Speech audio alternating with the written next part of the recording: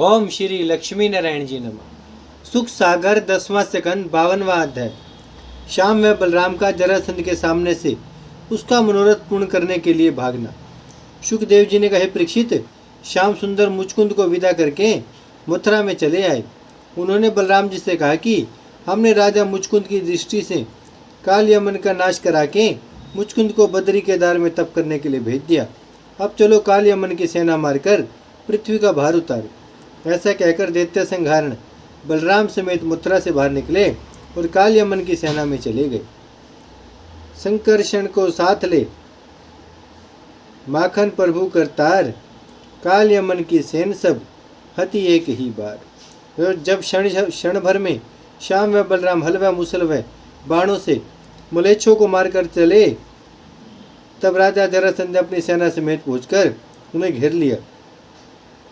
उस समय वैकुंठनाथ भक्त वत्सल ने जरासंध का मनोरथ पूर्ण करने के लिए बलराम समेत उसके सामने से पैदल भागे। तब जरासंध के मंत्री ने कहा कि महाराज, तुम्हारे प्रताप के सामने कौन ऐसा शूरवीर है जो ठहर सके। देखो, राम व कृष्ण दोनों भाई घर द्वार छोड़कर आपके डर से नंगे पांव भागे जाते हैं। जब जरासंध ने भी दोनों भाइयों को अपनी आंखों से भागते हुए देखा, तब अपनी सेना समेत उनके पीछे दौड़ा और पुकार कर यो कहा, काहे डर के भागे जात, ठाड़े रहो करो कछु बात, गिरत उठत कंपत क्यों भारी, आई है डिग मृत्यु तुम्हारी। इतनी कथा सुनाकर सुखदेव जी बोले, परीक्षित, जब श्याम व बलराम नारद जी का वचन सत्य करने के लिए लोक व्यवहार दिखलाकर जरासंध के सम्मुख से भागे, तब वह बड़े हर्ष से उनके पीछे दौड़ा।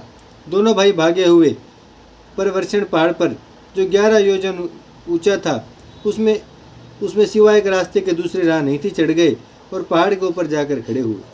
देखी जरासंध कहे पुकारा, शिखर चढ़े बलभद्र मुरारी, अब यह कैसे जाए पराए, इस पर्वत को देव जलाए।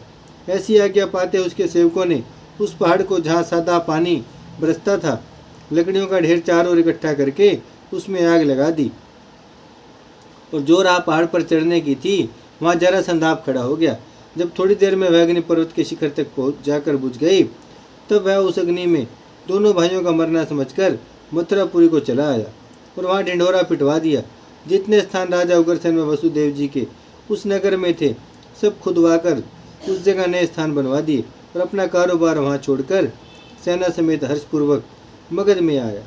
श्याम सुंदर ने बलराम जी से कहा कि बड़े सोच की बात है जो हमारे चरण आने पर भी यह पहाड़ जल जावे। ऐसा कहकर वैकुंठनाथ ने उस पहाड़ को अपने चरण से ऐसा दबा दिया कि पाताल में चला गया और आग बुझने के उपरांत फिर उसी तरह उठा दिया। तागिर वर्ते कूदी के माखन प्रभु ये दुराए, राम सहित श्री द्वारका पल में पहुँचे जाए। उन्हें देखते सब द्वारकावासी प्रसन्न हो गए और मुरली मनोहर की दया से अनंत पूर्वक वहाँ रहने लगे। कुछ दिन बीते, राजा रेवत ने ब्रह्मा जी की आज्ञा अनुसार रेवती नाम की अपनी चंद्रमुखी व मृगलोचनी कन्या को द्वारकापुरी में लाकर बलराम जी से विवाह दिया। श्याम सुंदर बलराम जी समेत कुंडिनपुर में जाकर रुक्मिणी नाम की राजा भीष्मक की कन्या जो शिशुपाल को मांगी हुई थी, अनेक राजाओं में से बरजोरी हर ले आए और अपने घर लाकर उसके साथ विवाह किया। यह सुनकर परीक्षित ने विनय किया कि कृष्णचंद्र रुक्मिणी को भूत राजाओं में से किस्सा जीत कर ले आए थे। दोहा माखन प्रभु के कर्म गुण सुने महासुख होए, माखन प्रभु के कर्म गुण सुने महासुख होए, जो कोई ऋषि मुनि से सुने बड़ी भाग्य है सोए। यह वचन सुनकर सुखदेव जी बोले, राजन, बड़ा प्रतापी विदर्भ देश का राजा भीष्मक कुंडिनपुर में रहकर धर्मपूर्वक राज्य करता था।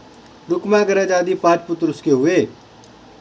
जब रुक्मिणी नाम की कन्या महासुंदरी राजा भीष्मक के यहाँ उत्पन्न हुई, तब उसने मंगलाचार मनाकर ज्योतिषियों से उसके जन्म लगन का फल पूछा। पंडितों ने कहा कि हमारे विचार में यह गुण व रूप व शील की सागर होकर आदि पुरुष भगवान से विवाही जाएगी। यह सुनकर राजा ने बड़े हर्ष से पंडितों को सम्मानपूर्वक विदा किया। जब राजकुमारी प्रतिदिन चंद्रकला से बढ़कर कुछ सियानी हुई, तब एक दिन नारद मुनि कुंडिनपुर में गए और उसका हाथ देखकर रुक्मिणी से कहा कि तेरा विवाह कृष्णचंद्र नंदकंद वैकुंठनाथ के साथ होगा। यह बात सुनकर रुक्मिणी बहुत प्रसन्न हुई। नारद मुनि ने द्वारकापुरी में जाकर कहा, वैकुंठनाथ, राजा भीष्मक के कन्या रुक्मिणी नाम लक्ष्मी के समान अति सुंदरी उत्पन्न हुई है, तुम्हारे विवाह योग्य है। यह बात सुनते ही केशव मूर्ति अंतर्यामी को भी उसकी चाह हुई। उन्हीं दिनों याचकों ने कुंडनपुर में जाकर मुरली मनोहर का यश और जो जो काम उन्होंने गोकुल व वृंदावन व मथुरा में किए थे गाया। तब वहां के लोगों को श्याम सुंदर के दर्शनों की इच्छा हुई। जब इस बात की चर्चा होते होते राजा भीष्मक के खबर पहुंची और उसने भी उन याचकों को राज मंदिर पर बुलवाकर श्याम सुंदर का यश गवाया, तब राजा व रानी आदि उनकी लीला सुनकर अति प्रसन्न हुए। चढ़ी 18 रुक्मणी सुंदरी, हरि चरित्र धवनी शरणन परी, अचरज करे भूली मन हर रहे, अचरज करे भूली मन रहे, फेरी उचकी कर देखन चहे, सुनी कर कुंवरी रही मन लाए, प्रेम लता उर उपजी आए, अति आनंद में भई सुंदरी, उसकी सुधि बुद्धि हरि गुण हरि। ओम श्री लक्ष्मी नारायण जी नमः। बाकी का अध्याय कल पढ़ेंगे, बड़ा अध्याय है। भजमन नारायण नारायण नारायण, श्रीमन नारायण नारायण नारायण, लक्ष्मी नारायण नारायण नारायण, सत्य नारायण नारायण नारायण, भजमन नारायण श्रीमन नारायण, लक्ष्मी नारायण सत्य नारायण, भजमन नारायण नारायण नारायण। भागवत महापुराण की जय, लक्ष्मी नारायण भगवान की जय, गौ माता की जय, गंगा मैया की जय, धरती माता की जय, शिव परिवार की जय। हर हर महादेव, हर हर महादेव, हर हर महादेव।